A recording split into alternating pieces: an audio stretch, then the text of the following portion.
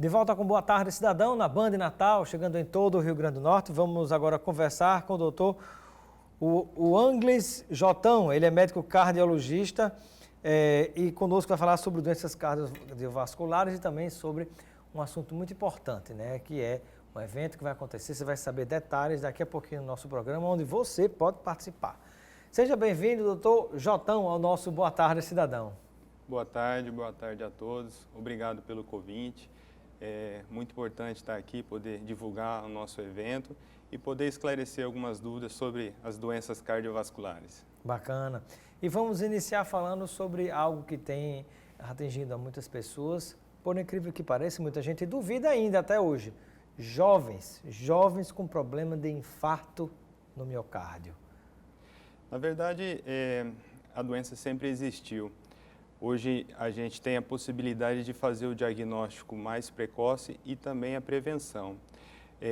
O fato que a nossa vida moderna, o nosso estilo de vida, contribui para que alguns fatores de risco propiciem o aumento do número de infarto, principalmente em pessoas jovens. Então é muito importante quando você se conhecer, você saber os seus fatores de risco para tentar evitar. Hoje a gente consegue prevenir muitas doenças e é comum, né, a gente encontrar pacientes antes de 40 anos terem infarto. Muito bem. Doutor Jotão, e o que é que tem causado o infarto, sobretudo nos jovens especificamente, inclusive magros, porque às vezes as pessoas acham que infarto é só para quem tem obesidade, para quem é muito gordo, mas até os jovens têm sido atingidos.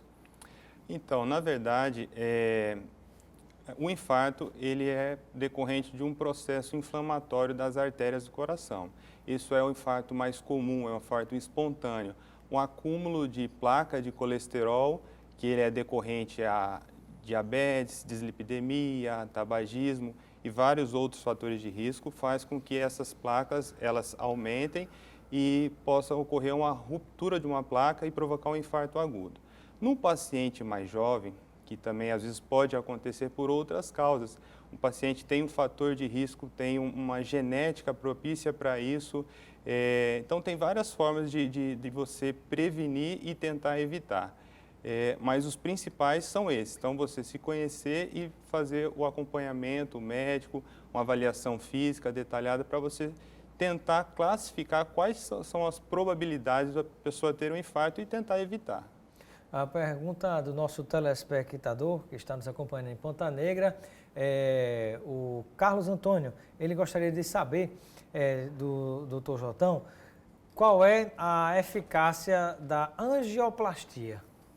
Então, Ela está explicando para o telespectador primeiro o que é a angioplastia. Vamos lá. Angioplastia é um método invasivo, é um procedimento cirúrgico que serve para desobstruir uma artéria entupida. No caso do infarto, que a gente está conversando aqui, um infarto agudo, onde a pessoa teve obstrução total de um vaso. A angioplastia é o método mais eficaz, onde a gente pode desobstruir essa artéria através de um balão e, no mesmo momento, muitas das vezes, implantar um stent. O stent é uma molinha e faz com que você abra a luz da artéria e o sangue volte a fluir normalmente. Então, é um procedimento para essa finalidade. E nesse caso, quando a pessoa coloca o stent no coração, na artéria, não é isso? Na artéria? Isso, na artéria. Né? Quando coloca, porque tem a veia e tem a artéria. Quando coloca o stent na artéria, naquele lugar onde aconteceu o problema, ele pode voltar a acontecer ou ali fica para o resto da vida? O stent ele fica para o resto da vida, não é removido nunca mais. Agora, o problema pode voltar. O problema pode voltar no mesmo local ou aparecer em outros. Então, assim, eu sempre falo isso para os meus pacientes. Quando acontece, a gente resolve uma situação. E depois, resolvido isso, vem o trabalho de prevenção secundária, para que não apareça novos eventos como esse. Mas pode voltar. Até porque o stent, ele é perfurado, assim, ele tem as suas camadas e a placa de gordura, de colesterol, ela pode crescer e voltar a entupir. Então, se você não cuida, não controla seus fatores de risco, isso é mais fácil de voltar. A pergunta do Tiago, que está nos acompanhando em Lagoa Nova, ele gostaria de saber quanto tempo depois que a pessoa é socorrida por ter um infarto, ela conseguindo chegar no hospital para o atendimento salva a vida? Na verdade, quanto mais rápido a pessoa for socorrida, quanto mais rápido ela ter o atendimento adequado, melhor. O infarto é músculo e o músculo é vida. E também depende da artéria acometida. Se você tem um infarto numa principal artéria, 20% dos pacientes morrem antes de chegar no hospital decorrente de uma arritmia provocada pelo infarto. Se você tem um infarto numa artéria pequena, secundária, pode passar despercebido e o paciente nem sentir nada. Então, quanto mais rápido ele for diagnosticado, ele for atendido e essa artéria for aberta, o vaso for recanalizado, menor a sequela que fica para o coração. Temos mais perguntas, a nossa telespectadora Ana Cláudia, que está nos acompanhando no Tirol. Qual é a pergunta dela, produção? Da Ana Cláudia do Tirol. Quanto mais o quê? Ela pergunta, depois da revascularização, o indivíduo pode viver normalmente? O que é que precisa modificar na sua vida, no dia a dia? E até explicando o que é revascularização. Então, vamos lá. A revascularização é a reperfusão do vaso. Esse método pode... O que é reperfusão? Desculpa o termo, mas a reperfusão é a recanalização. É uma artéria que estava ocluída e você desobstrui e o sangue volta a funcionar. Ou seja, a artéria estava entupida com gordura, seja lá com o que for, aí passa um negocinho lá limpando, digamos assim, para o sangue passar tranquilamente. Exatamente. Né? Isso é a limpeza, vamos lá, para que o sangue volte a fluir. Pode ser feito através de angioplastia, que é isso que eu expliquei, ou através de cirurgias, quando o caso é muito complexo e existem muitas obstruções.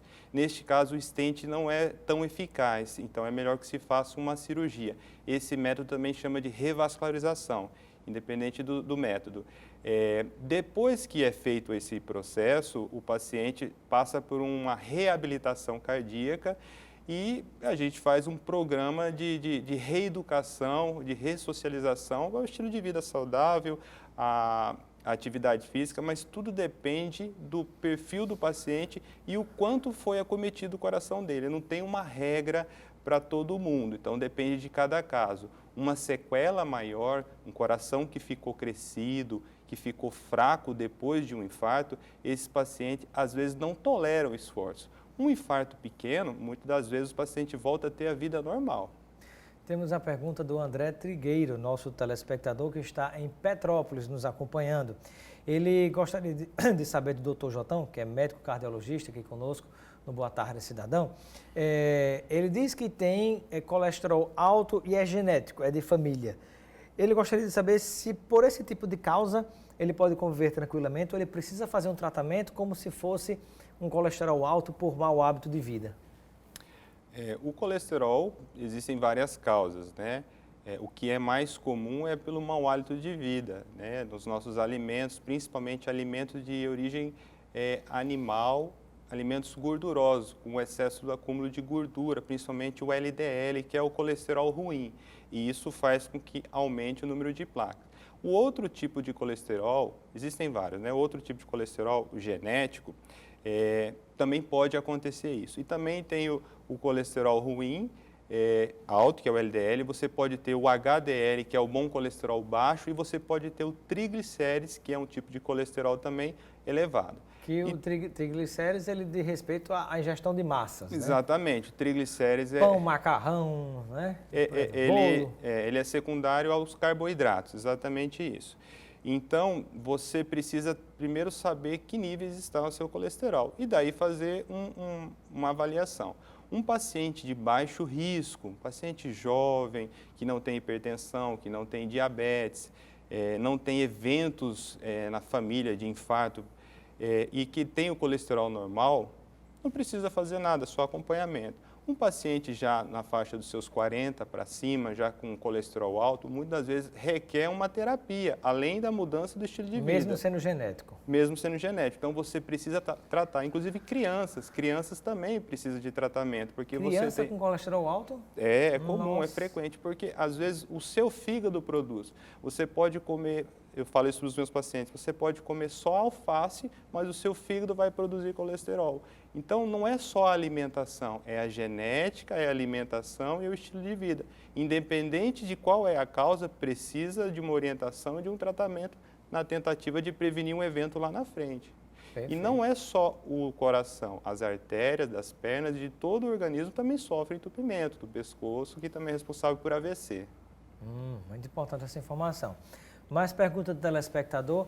A Sabrina, de qual bairro a Sabrina? Não disse o bairro, mas ela disse o seguinte: minha mãe teve um infarto e nem sabia.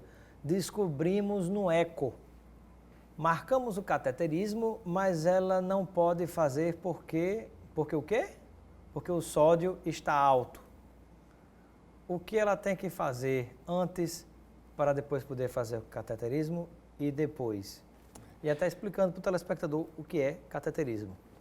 Então, o cateterismo também é um procedimento invasivo, diagnóstico, onde nós introduzimos um catéter através de uma artéria, ou pela artéria do braço, ou pela virilha, e esse catéter vai até o coração e injeta contraste à base de iodo para poder filmar as coronárias. Isso é feito numa máquina, numa sala de hemodinâmica, e através daí a gente consegue diagnosticar o número de obstruções ou não. E vários outros procedimentos, tem várias formas de cateterismo, mas estamos falando aqui exclusivamente de doença coronariana, né?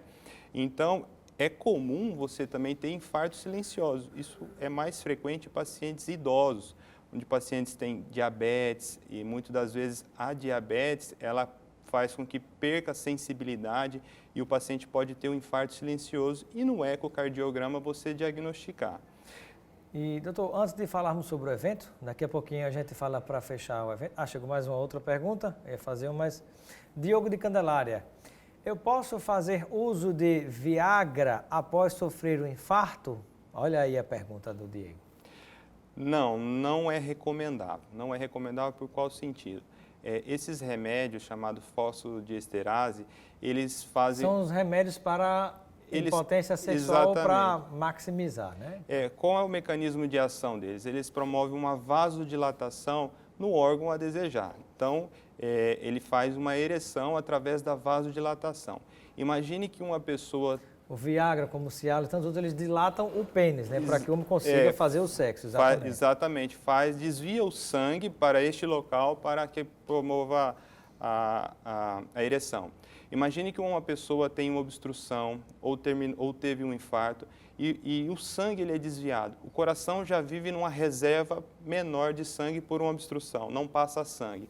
Aí você desvia o sangue ou muitas das vezes é utilizado essa medicação com uso de bebida alcoólica, com energético, algo que aumente a frequência cardíaca. Então, são vários fatores que deixam a pessoa mais...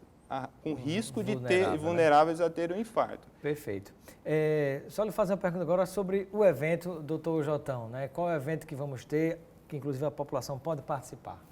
Então, esse evento vai ser realizado amanhã, dia 21, Vida Saudável. Vida Saudável. Vida Saudável. É um evento que vai ser realizado no Parque das Dunas, amanhã, dia 21, a partir das 8 horas até o meio-dia. É um evento totalmente gratuito, oferecido a toda a população de Natal e do Rio Grande do Norte. O intuito deste evento é esclarecer algumas doenças, orientar as pessoas quanto ao estilo de vida saudável. Isso que todo mundo vem buscando e que não é tão simples a gente definir o que é estilo de vida saudável. Escute a opinião de um profissional. Porque minha amiga faz isso, minha prima faz não sei o quê, meu amigo faz aquilo, dá certo. Cada pessoa é uma pessoa diferente, então tem que escutar o profissional, até na prevenção. Exatamente. Lá neste evento estará envolvidos mais de 100 pessoas, aproximadamente 150 pessoas, diretamente e indiretamente para a realização deste evento. É um evento onde irão ocorrer palestras, aferição de pressão, medidas de glicemia, teste de sensibilidade para pacientes que têm diabetes, será oferecido prêmios, tem oficina para crianças, teatros, alongamento, vários tipos de... Tudo gratuito para a população. Tudo gratuito para a população. Então, evento Vida Saudável, amanhã, sábado, no Parque das Dunas, aberto ao público. Exatamente. Muito obrigado, doutor Eu Jotão, que pela agradeço. sua presença no Boa Tarde, Cidadão. Seja sempre bem-vindo e receba um kit de produtos Lucena para você aproveitar com seus amigos e familiares. Obrigado e boa tarde a todos. Muito obrigado, boa tarde. Um beijo para minha querida Ana Ruth Dantas, sempre acompanhando também o nosso Boa Tarde, Cidadão. Excelente final de semana. Segunda-feira estaremos de volta.